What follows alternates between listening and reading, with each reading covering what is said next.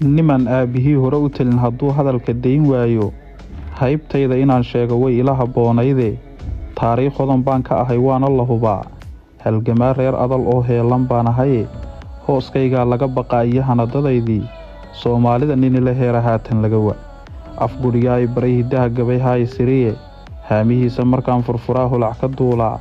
jaamac saylic hoggaan buu ahaa geesigii jabuutiye halbowlaha intuu gooyey baa lagu xusaa baariis ina rayaalihii saaqaystay lagu hawoon waayey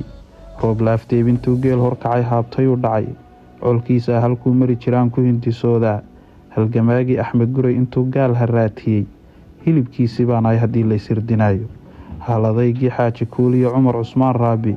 habkoodaan dagaal ugu kacaa maalin lays helaye ugaas nuurkii geesiga ahaa ee hawdka miranayay